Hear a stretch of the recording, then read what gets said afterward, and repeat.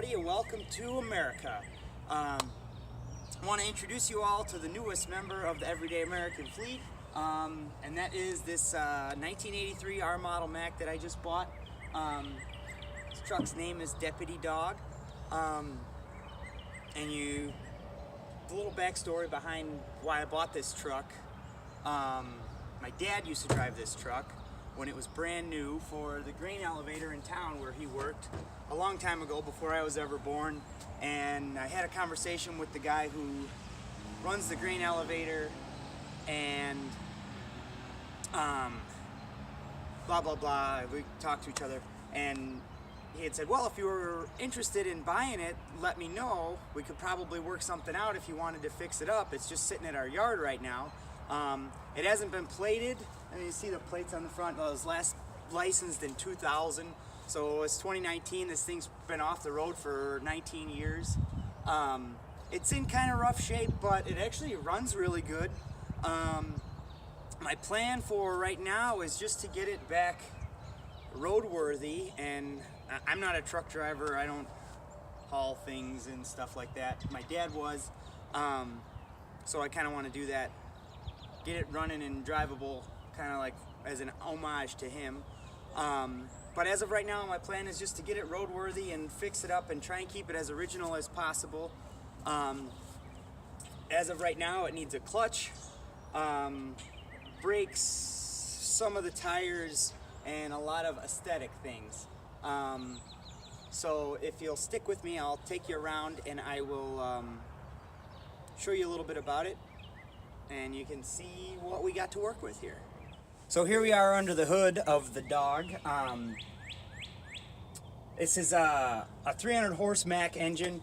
From what everyone tells me, back in the day, these were like the one to have. Something to the effect of Mack made that 300 horsepower through a really broad range of all of the RPMs, as well as having a lot more torque, especially on the bottom end.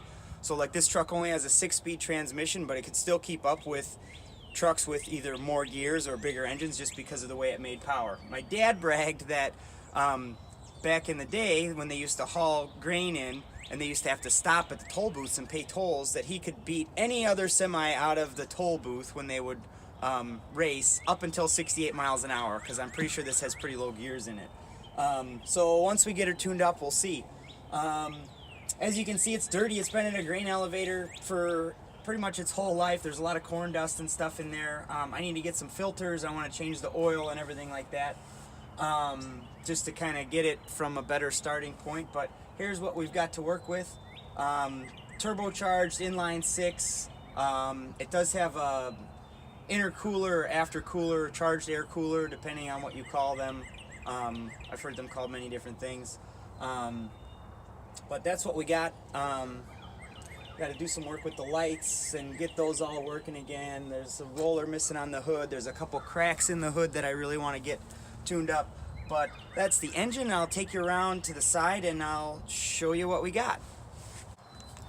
So here we are. This is the passenger side of the engine compartment. I'm just going to walk you through real quick. We got a new battery. I put new batteries on it when I got here because the old ones were dead. The thing still starts great. Fuel tanks. The fuel gauge isn't working. If anybody knows any insight onto how I can get that working. The tires are mismatched. One of them's flat. It really needs to get cleaned, probably as much as anything. It's dirty. It does have a working PTO, which is nice. The wet kit's been taken off of it. I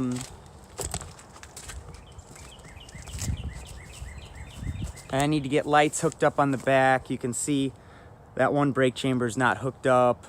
But it does run and drive. I've driven it around the yard, or around the neighborhood rather.